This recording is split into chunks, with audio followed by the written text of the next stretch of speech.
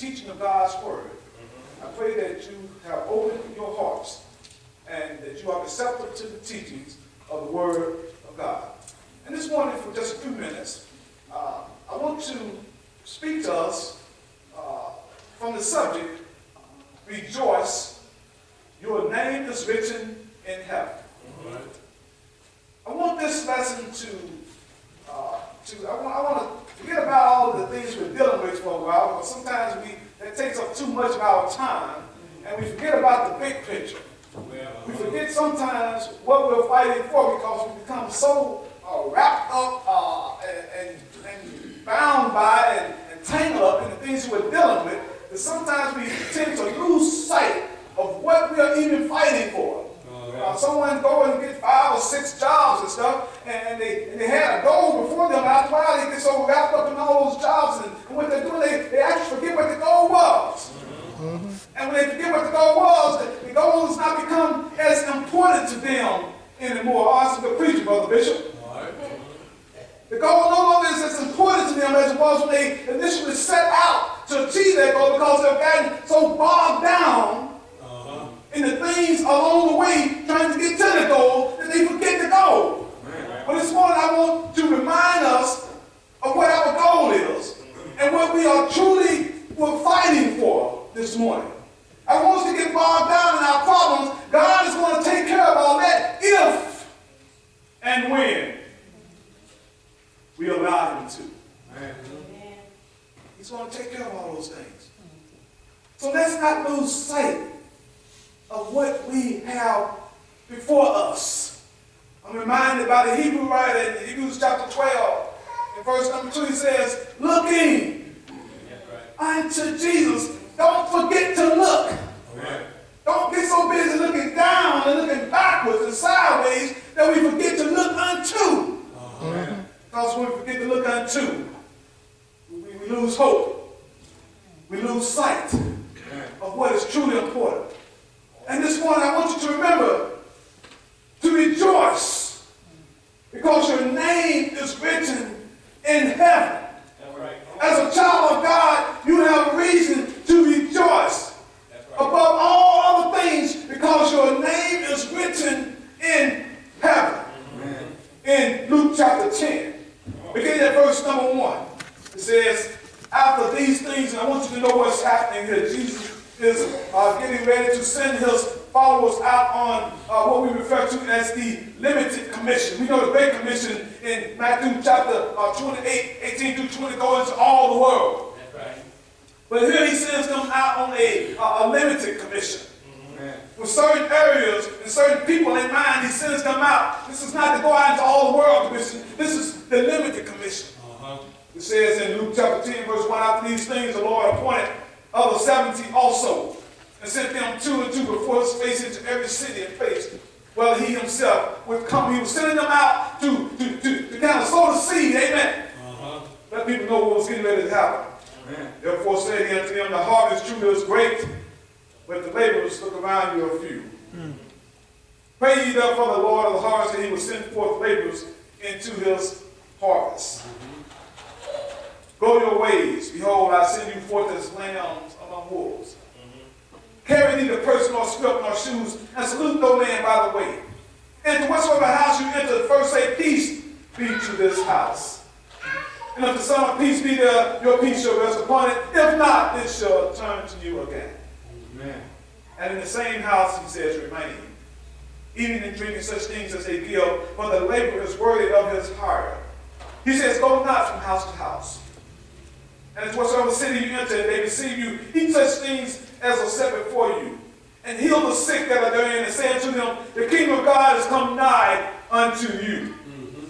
And heal the sick that are therein, and say unto them, the kingdom of God is come nigh unto you. But into whatsoever city you enter, and they receive you not, go your ways out into the streets of the same and say, even the very dust of the city which cleaveth on us, we do wipe off against you. Notwithstanding, be ye sure of this, that the kingdom of God is come nigh unto you as well. But I say unto you that it shall be more tolerable in the days of Solomon than for that city. More unto thee, Chorazin, what ye to thee, Bethsaida. For the mighty works have been done in Tyre and Sidon, which have been done in you, They had a great while ago repented, sitting in the sackcloth and ashes. But it should be more tolerable for Tyre and Sidon at the judgment than for you. And thou, Capernaum, which art exalted to heaven, shall be thrust down to hell. Jesus goes on to say, he that heareth you heareth me. He that despises you despises me. And he that despises me despises him. Talk about the Father that sent me. And then, after going out on this limited commission and doing those things that Jesus had directed them to do, after going out and accomplishing what he had sent them forth to accomplish, they came back. And it says in verse 18, verse 17, it says, and the 70 returned again with joy, saying, Lord, even the devils are subject unto us through thy name. Amen. I love to praise his name. There's something about the name of Jesus. Amen. They come back with great joy, saying, Lord, even the devils are subject unto us through thy name. They were enthusiastic. They were overjoyed. They were happy, to say the least, about what they had witnessed and what they had seen in going out on this great commission. And in verse 18, it says, and he said unto them, I beheld Satan as lightning fall from heaven. He said, behold, I give you power to tread on serpents and scorpions, and over all the power of the enemy, and nothing shall by any means hurt you. Jesus says, I know, guys, you are excited. You're overjoyed by what you have witnessed. But I want you to know, I got to bring you back down to earth for a minute. Amen. He said, I got to bring you back down for just a minute because I got to tell you something here. He says, I know you're overjoyed and you're enthusiastic and you're just so appreciative and you can't retain yourself because of what you have been allowed to see. But guys, I want you to know, I beheld Satan as lightning fall from heaven. He said, I know you saw some things, but I've seen some things. And he said, I can compare with you all day what you saw versus what I've seen. But here's what I want you to understand, my followers. Notwithstanding in this, rejoice not that the spirits are subject unto you, but rather rejoice because your names are written in heaven. He said, I know that what you have been able to behold and what you have beheld, I can appreciate that. But I want you to know that I too have seen some things. I saw Satan himself as lightning cast down from heaven. But that's not what's important now. That's not the reason that you shouldn't be rejoicing. If you want a reason to rejoice, I want you to rejoice this morning because you know that your name is written in heaven. Yeah. Helps us to understand where Paul was coming from. After all the things, 2 Timothy chapter 4, verse number 6, after all the things that Paul had gone through in his life, how it is that Paul was able to say the words that are so ingrained in our thoughts. Most members of the body of Christ, you can wake them up out of dead sleep at 3 o'clock in the morning and say, what did Paul say about, but I'm now ready to be offered. They'll tell you the time of my departure is at hand. 2 Timothy chapter 4, verse 6. Paul says, I fought a good fight. I finished my course. I have kept the faith. Paul goes on to say, henceforth there is laid up for me a crown of righteousness with the Lord, the righteous judge, to give me at that day. And not to me only, but to all them that also love his appearing. I believe that Jesus, what he said to his disciples, don't get overjoyed because of this, but rejoice because your name is written in heaven. I believe Paul had a taste of this, and that's why Paul was able to say, here's what's driving me. Henceforth, it's laid up for me. Paul said, man, of all I've been through, here's what's driving me. My name is written in heaven. Yeah. Yes, sir. We put so much into names. Well. Out in Hollywood, I think they call it the Walk of Fame, and you go down through a certain area of town, and there's people's names written in the concrete, ingrained in the concrete, and man, that's something to have accomplished. And then sometimes, depending on who you are, what you do, man, something they'll come and try to dig it up. Sometimes. Folks, that's crazy, I tell you, boy. That don't mean nothing at the end of the day. But that's the kind of importance that we put on a name. We want to see our name in lights. We love to see our name on degrees on the wall, on citations for doing good. We want to see our name written. Amen. We put our names on our cars. I know I got my name on one of mine. That's my business. Amen. Amen. That's my business. But we put our names on the back of our car, Brother Eddie. We come to our house, we got our name on the mailbox. We put our names on our shirts, and we're going to forget who we are. So don't tell me ain't nothing in a name. Yes, that's right. But laying all of that aside, I want to make sure that we understand that as the children of God, by living our lives faithful, our names are written in heaven. Amen. Amen. I want to encourage you this morning. Oh, yeah. Remind you about what it is to have your name written in heaven. Yeah. The scripture speaks specifically about our names being written in heaven. And as I close this morning, in Daniel chapter 12, I want to remind us that our names as children of God, I'm not talking about everybody else, I'm talking about the children of God, our names are written in heaven. And then I want to kind of caution and warn us that we have to be careful. Because just because it's written there today. Come on now. Come on now. That's it. That's right. Just because it's there today. That's right. In Daniel chapter 12, verse number 1. Old Testament, Daniel says in Daniel chapter 12, verse number 1, and at that time shall Michael stand up, the great prince, which standeth for the children of thy people. And there shall be a time of trouble, such as never was since there was a nation even to that same time. And at that time thy people shall be delivered, everyone that shall be found written in the book. So early on the idea is given. The idea is presented that there is a place that God has our names written. And we take so much joy, we become, I believe it's the right word, exuberant in the fact that our names are written and associated with certain groups and organizations. And you say, see here's my name. And you open up to your book and things like that. And see, there's my name. I was part of the Glee Club and the Flea Club and the Tree Club, and I was part of all these things. You see my name? You take so much joy in that. But Daniel gives the thought, the idea early on that there's a place in which God himself has authored and written our names. And that's the place that I'm worried about my name in. Right. And if you ain't worried about your name being in that place, being recognized in that place, in that setting, something just ain't right. Something ain't right. We got to take you back to square one, teacher. If you ain't concerned about your name, whether or not it's being written, well, God has written it.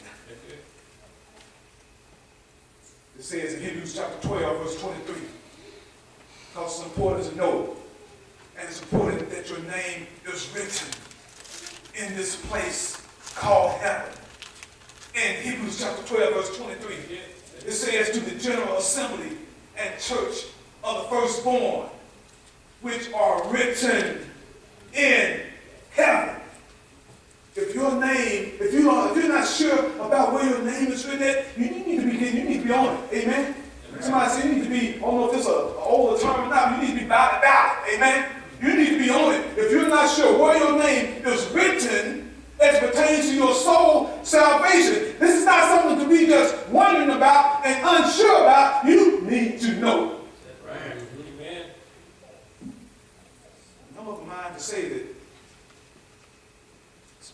honestly, most of us know. But there's a difference in knowing and then not being where you're supposed to be or need to be, and then being willing to do something about it. See, God is not the God that's going to come and make you obey him. He has the power to lock us all in just like robots, and we can only do what he says do. But he gives us choice. We have the freedom to recognize whether or not we want our name written in his book. Because if it's not written there, there's only one other alternative. There's only one other place that they talk about the soul being in eternity. There's only two places spoken of. That's heaven and that's hell. And brothers and sisters, let's not waste time going to hell. Let's set our minds on going to heaven.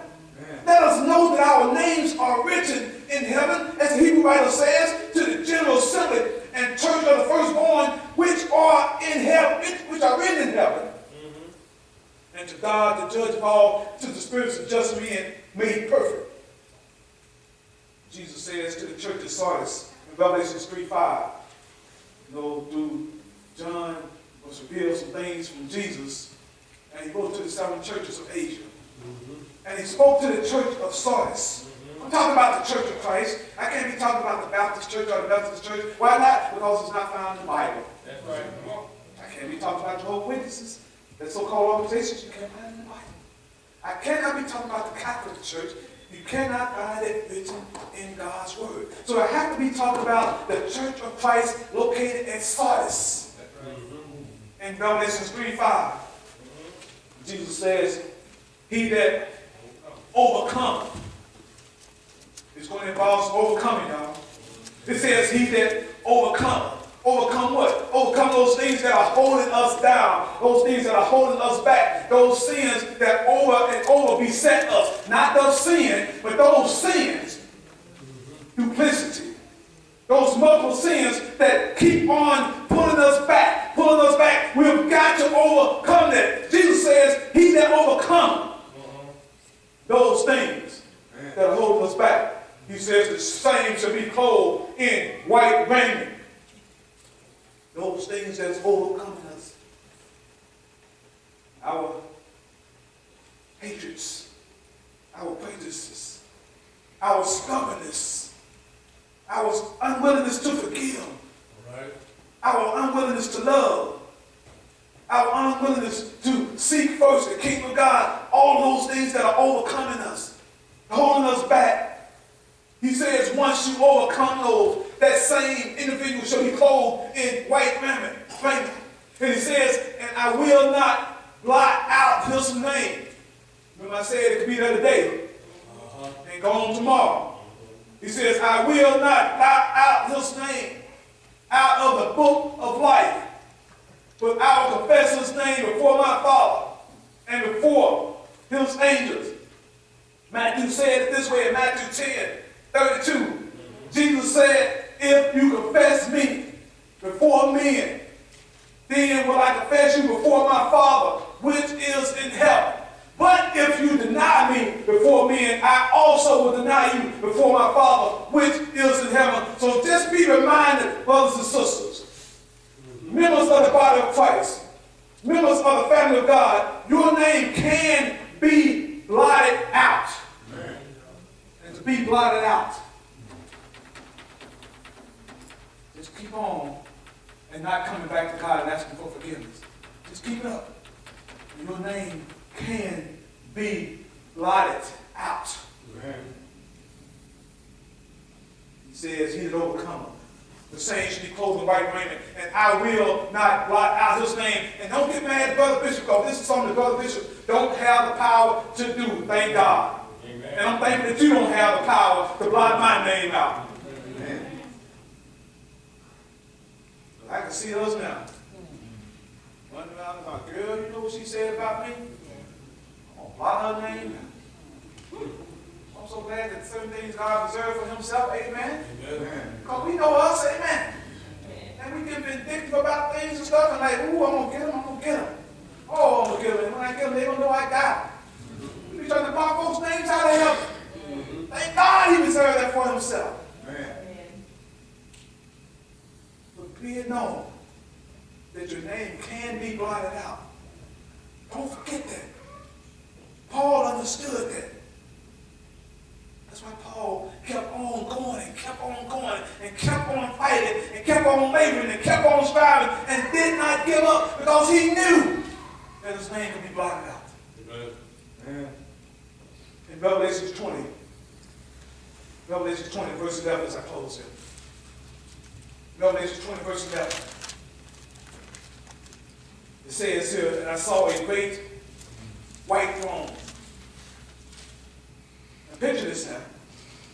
He says, I saw a great white throne, and him that sat on it, from whose face the earth and the heaven fled away, and there was found no place for them. And then he says, and I saw the dead, small and great. It don't matter what your status is. It doesn't matter what your position may be. It doesn't matter what title you may wear. You're going to stand before the Lord. It don't matter how bad you think you may be. You're going to stand before the Lord one day. Amen. And you're going to either hear him say, well done, or depart.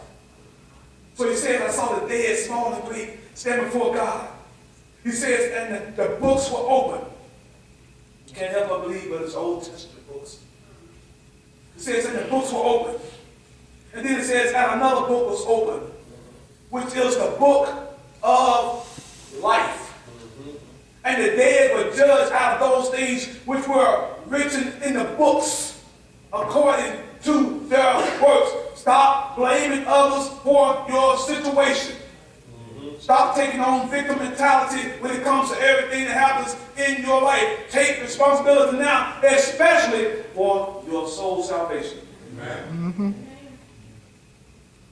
Because I'm telling you, you may get away with it here, but when you stand before God, well, Lord, I would have been a little bit more faithful if it wasn't for brother. I would have been more patient. More faithful to you, but my children. Lord, I would have hung in there with you, but you know my mother, you know my father. Come on now. You know who I was dealing with. We're going to be judged out of the book according to what we have done. Not going to be a time for excuses. And then it says in verse 13, and the sea gave up the dead which were in it, and death and hell delivered up the dead which were in them, and they were judged every man according to their works. Brothers and sisters, don't base your soul salvation on Brother Bishop.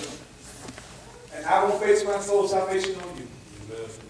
We all have things that we need to be doing individually, working out our soul salvation with fear and trembling. We need to be examining ourselves. Don't wait for Brother Bishop to come and point out something to you that you know is causing a problem between you and God. Amen. And I, in turn, will not wait for you to come point something out to me that I know is causing problems between me and God. You better be smarter than that. You better be wiser than that. Each of us know exactly where we are in our relationship with God. Amen. Don't be like that young man come to Jesus, talking about, Lord, what am I lacking? Because you know what happened? Jesus said, you know what? He said Jesus loved him. But he said, you know what? Go and sell all that you have and give it to the poor. And come follow me. Last I heard, that boy was still running somewhere. Don't come asking somebody where you are, and then you're not prepared to receive the answer. That's going to save your soul. Work out your own soul salvation. It says in verse 14, Revelation 20:14, I posed here. And death and hell were cast into the lake of fire. This is the second death. And watch this. And whosoever was not found written in the book of life was cast into the lake of fire. What could possibly cause me to not have my name written in the book of life? Being disobedient to God, the way I treat others, all of those things are involved in whether or not I have. We have to look at the way we treat people. We have to look at the way we talk to one another. If someone in the church is looking to do something and they want to help out with a ministry or something, you encourage them to help out with that ministry. Ain't nobody's boss is up in here. What are you talking about, Brother Bishop? I'm just trying to help us. Amen. Somebody want to do something, you encourage them. Amen. Especially if something you know that needs to be done and you ain't done it. You see, you know what? I'm so glad to have somebody help me with that. Come on, let's get this thing done. Let's talk to one another, amen? You're not going to talk to them that way in heaven. You're not going to talk to them that way to be able to get to heaven either. The way we talk to one another and the way we deal with one another. We have to be patient with one another. Recognize that a new baby in Christ, recognize you were there before. Amen. You were there before. You didn't come into this world full grown. Adam. You didn't come into this world knowing everything you know.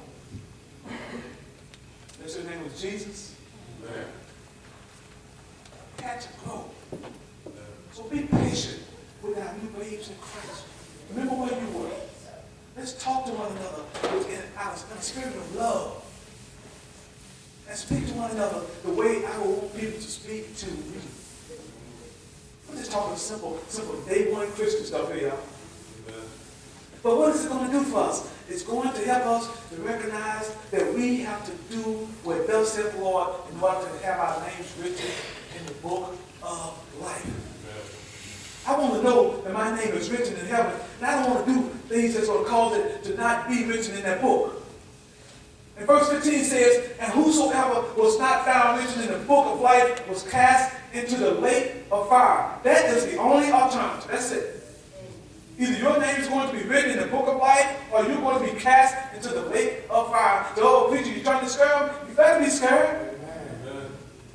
If you read what the Bible describes, the way the Bible describes hell, and you ain't scared, something wrong with you. Something wrong with you. But how can you not be fearful of that as far as an eternity? Amen. That's all you have to look forward to. A lake of fire. Man, that's scary just thinking about it. But that's what awaits us if we're not found to be written in the book of life. If our names are not written in heaven. As I close, let's be like Paul. Let's recognize that there is a heaven and there is a hell. Let's you and I recognize that in order to live eternally in heaven, our names have to be written in heaven. It has to be written in the Lamb's book of life. And we have to live in such a way that it will not be blotted out. Revelation 22, verse 19. Revelation 22, 19. Revelation 22, 19 says, and if any man shall take away from the words of the book of this prophecy, God shall take away his part out of the book of life and out of the holy city and from the things which are written in this book. God has the hope of heaven. He has the beauties of heaven. Street of gold, walls of jasper, pearly gates. He has this written, and that's our inheritance. That's our reward for eternity. But we stand in jeopardy of losing it and having our names taken out of the book of life, having our spot removed from the holy city, and the things that are written in the book, we have the occasion to lose all of that. And it comes down to being us. Nobody else. We can't call anybody else. So I ought to change my ways. I ought to change the way I walk. I ought to change the way that I talk.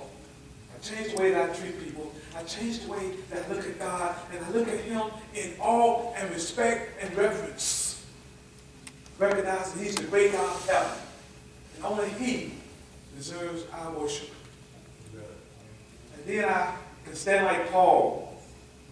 And I can close like Paul. I don't believe he brought me this far to leave me. Through it all, I've learned to believe in Jesus.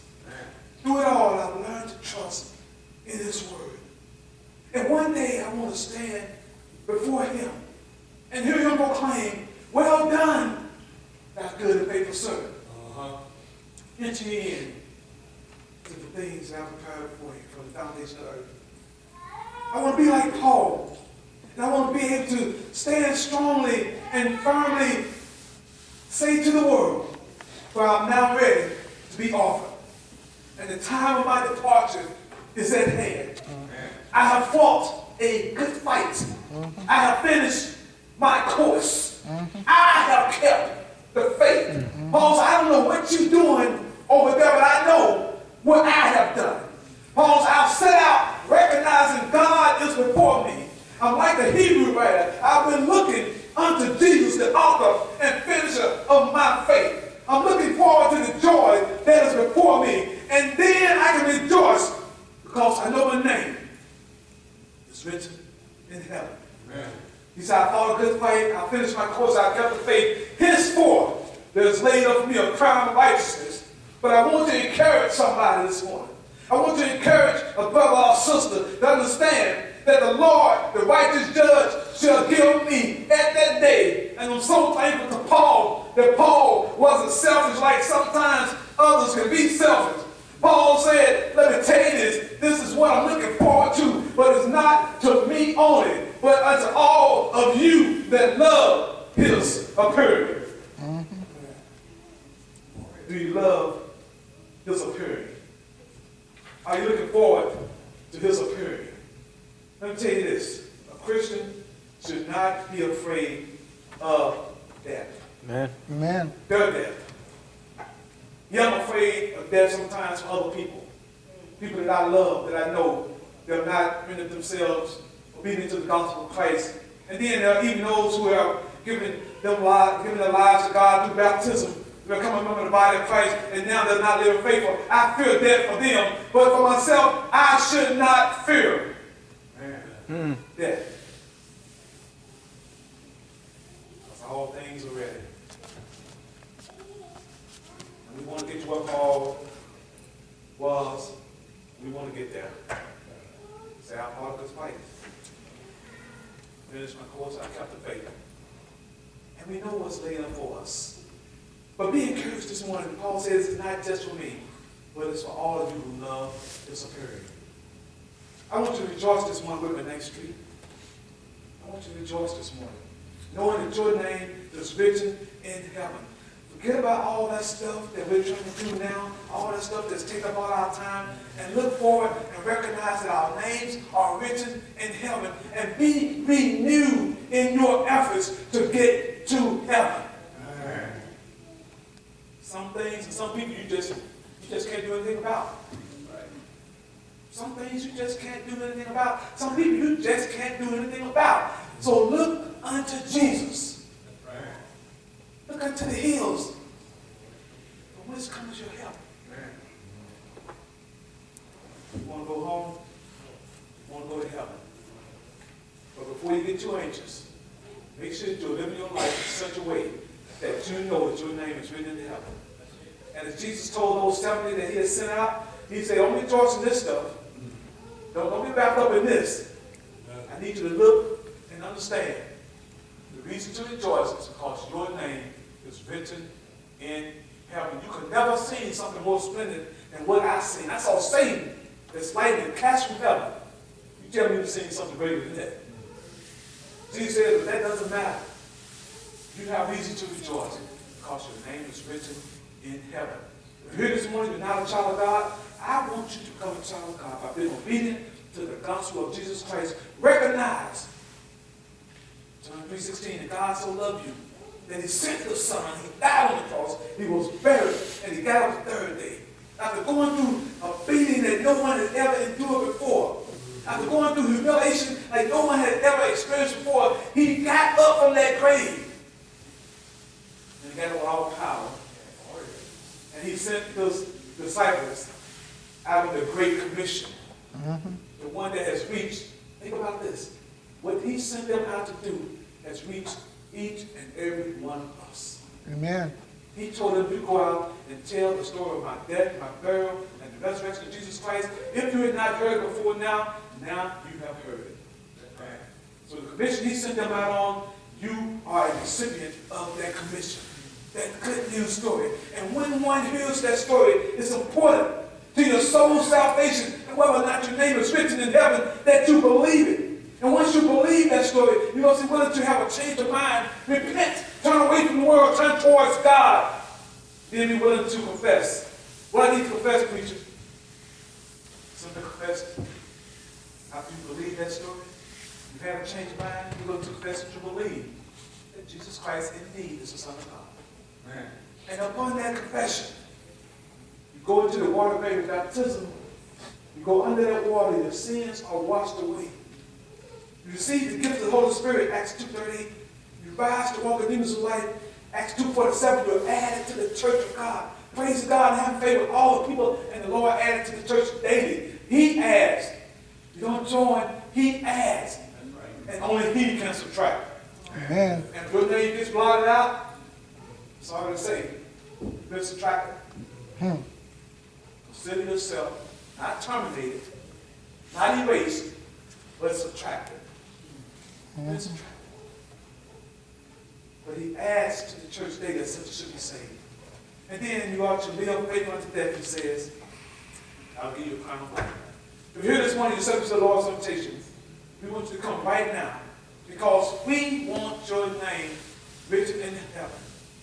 And when the Savior calls, you'll be able to answer. Why? Because you'll be somewhere